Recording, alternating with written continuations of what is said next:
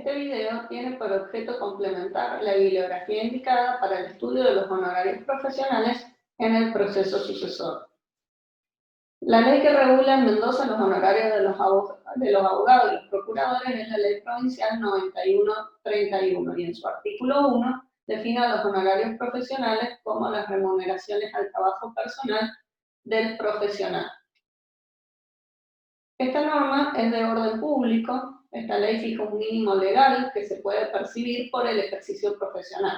Es decir, existe un mínimo infranqueable de regulación que no puede, en principio, dejarse de lado por convenciones entre el letrado y su cliente. Es decir, que garantiza un estipendio mínimo irrenunciable y creemos que el fundamento de esto es evitar la competencia desleal. Este sistema no fija techos máximos, por lo que, por encima del monto legalmente establecido, es el acuerdo entre el profesional y su cliente el que va a determinar, en primer término, el monto del honorario profesional.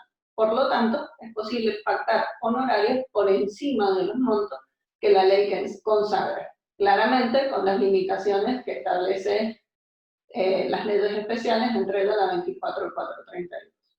Es decir, surge el texto de la ley que cuando no exista un convenio por el cual se establezcan honorarios por sumas superiores a las que resulten de la aplicación de esta ley, estos honorarios serán regulados de acuerdo a las disposiciones de los artículos siguientes. Entre otras novedades que establece la 9131 es el carácter alimentario de los honorarios, es decir, su inembargabilidad, que dice la norma que solo es embargable hasta un 20%, salvo ¿sí? que lo que se cobrara no superase a un jus, es decir, fija un mínimo inembargable en un jus. No se van a abonar gabelas ni depósitos en los recursos ordinarios ni en los extraordinarios, y en el recurso de apelación de los honorarios no se van a imponer costas. Tampoco se imponen costas en el incidente de estimación de honorarios, ni en primera instancia, ni en apelación. También el artículo 1 de la 9131 habla de la gratuidad de la ejecución. Esto también es otra gran novedad, porque a partir de la sanción de la ley 9131 no se va a abonar tampoco aporte de la caja forense al momento de solicitar la sentencia, ya que la ley establece que los profesionales gozarán del beneficio de liquidar sin gasto. Y esto significa que esta disposición los va a eximir de cualquier pago durante el procedimiento, por lo que va a haber lo que hay una tácita de derogación del artículo 16, apartado B, de la ley 5059 de caja forense, que antes disponía que el profesional al momento de ejecutar sus honorarios debía abonar un 2% del monto a ejecutar.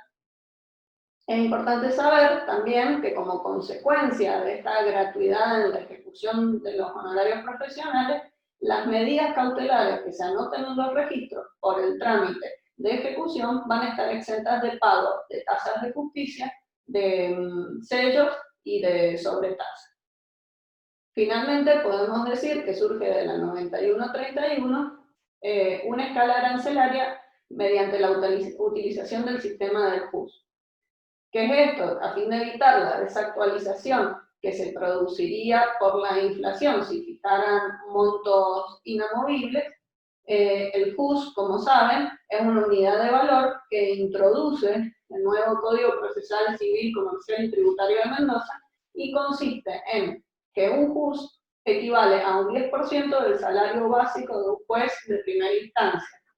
Es definido anualmente por la Suprema Corte en los meses de diciembre y, es decir, al finalizar cada año calendario, y este valor va a regir todo el año siguiente. Por ejemplo, hoy, en el 2020, el valor del JUS asciende a 23.604 pesos.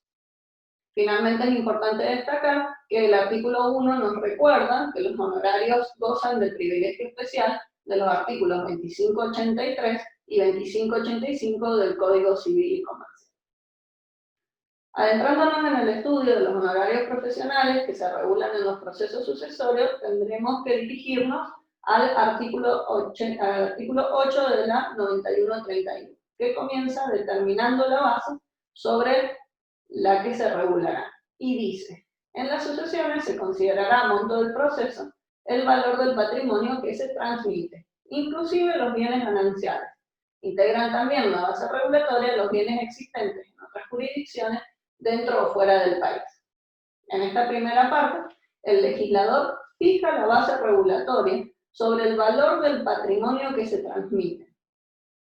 La anterior ley arancelaria refería al valor activo y de la misma manera las cámaras de apelaciones y la Corte se habían pronunciado, por lo que si bien podría haber una confusión por el modo actual de evaluar la base al haberse sustituido el vocablo activo por patrimonio, no hay otra opción que considerar que ha sido solo una imprecisión del término, por lo que se debe considerar la base regulatoria por el activo del acervo, es decir, sin restar las deudas, y al que debe, en su caso, sumarse la totalidad de los bienes gananciales, ya sea tanto la parte de la comunidad que corresponde al causante y que ingresa a la herencia, como también la parte que corresponde al cónyuge supérstite como socio de la comunidad de ganancia. Dado que, como ustedes ya lo saben, en el marco del proceso sucesorio también se liquida la comunidad de ganancia. En conclusión, si el patrimonio tiene deudas, las mismas no se deben restar del activo para estimar la base regulatoria, sino que solo se considera el activo. Hasta acá entonces ya sabemos la base regulatoria. Ahora veremos qué porcentual le aplico. El artículo 8 continúa. Los honorarios serán determinados reduciendo un 30% el monto que resulte de aplicar la escala del artículo 2. Entonces vamos al artículo 2 de la 9131 y veremos que este regula las reglas básicas para los procesos en primera o única instancia que tengan por objeto sumas de dinero o bienes susceptibles de apreciación pecuniaria. Y establece en las pretensiones hasta 20 juz el 20%, de 20 a 50 juz el 16% y en las pretensiones de más de 50 juz el 12%. Entonces, si el artículo 8 nos dice que debemos reducir el monto que resulte de aplicar esta escala en un 30%, nos va a quedar en las sucesiones que tengan un patrimonio cuyo valor no supere los 20 juz, el porcentual a aplicar a la base regulatoria en un 14%, que no es más ni menos que el 20% menos el 30%. Luego, en las sucesiones con patrimonio de valor que vaya de 20 a 50 juz, en un 12,8%, y en las sucesiones que tengan un patrimonio de valor superior a los 50 juz, un 8,4%. Para tener una noción, hoy en el 2020, 50 juz equivalen casi a 1.200.000 pesos. Lo más común es que en la mayoría de las sucesiones el valor patrimonial de las mismas sean de más de 50 juz, por lo que de ahora en más, cuando hagamos ejemplo, vamos a aplicar este porcentual del 8,4. ¿Cuál es la gran novedad que establece la 9131? Cuando dice que los honorarios del abogado partidor serán regulados en el 2,5 de los bienes a dividir. ¿Qué es este plus? Este plus que establece la 9131 refiere a los casos en que el abogado será quien realice la partición privada que será sometida a homologación judicial. Ustedes ya saben que la partición privada la pueden efectivizar los escribanos por escritura pública o el mismo abogado a través de un contrato privado o un escrito judicial que será presentado en el expediente sucesorio para su homologación. Cuando esta labor sea realizada por el abogado, la ley ha previsto un honorario más independiente al global de la escala que va a ascender a un 2,5 del valor del patrimonio. Es decir, en este tipo de sucesiones, el abogado va a cobrar, si es de las sucesiones de más de 50 juz, el 8,4 y aparte, por haber hecho la partición, el 2,5.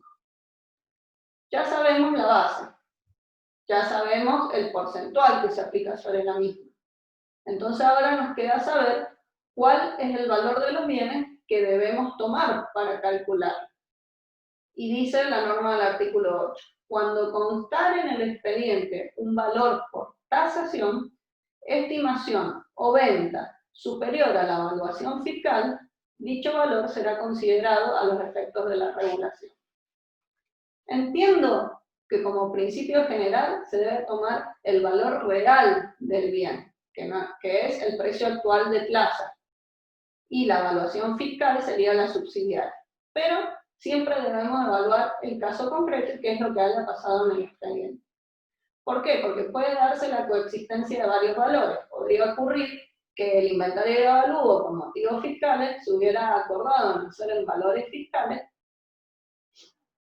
pero en este caso puede que del expediente surja algún otro valor y que sea mayor. Por ejemplo, porque después se vendió algún bien, entonces surge de la escritura un valor superior, porque hay una tasación incorporada, o porque hay una estimación que el abogado haya hecho con la vía del artículo 21 de la ley arancelaria. Y para este tipo de casos, en donde coexisten estos valores, la norma establece que los honorarios profesionales se regularán sobre el mayor valor.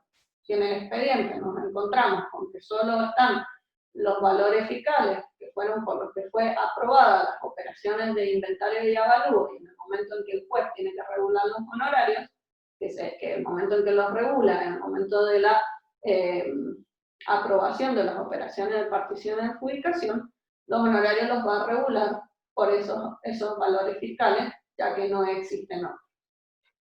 Siempre y cuando no hubiera reserva de estimación de honorarios realizadas por el profesional antes de la aprobación de estas operaciones de partición y adjudicación. Bueno, otra novedad.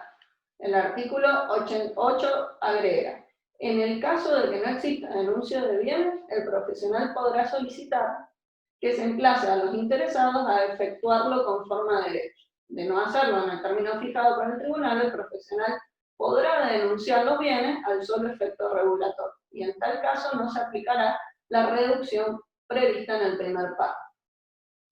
Esta novedad, la ley la establece a fin de proteger al profesional, ¿sí? Es decir, que la ley lo legitima al abogado para que emplace a los herederos para que efectúen el inventario o el denuncio de bienes. Si ellos no lo hicieran, el profesional hará el denuncio al solo efecto regulatorio. Denuncio cuyo valor seguramente va a ser estimado por ese mismo profesional mediante el procedimiento del artículo 21. En caso de que los herederos omitan bienes, la sanción será la pérdida de la reducción del 30% sobre la escala del artículo 2. Por ejemplo, si los honorarios en este proceso sucesorio correspondiera a 8,4%, como consecuencia de esta sanción pasan a ser del 12%.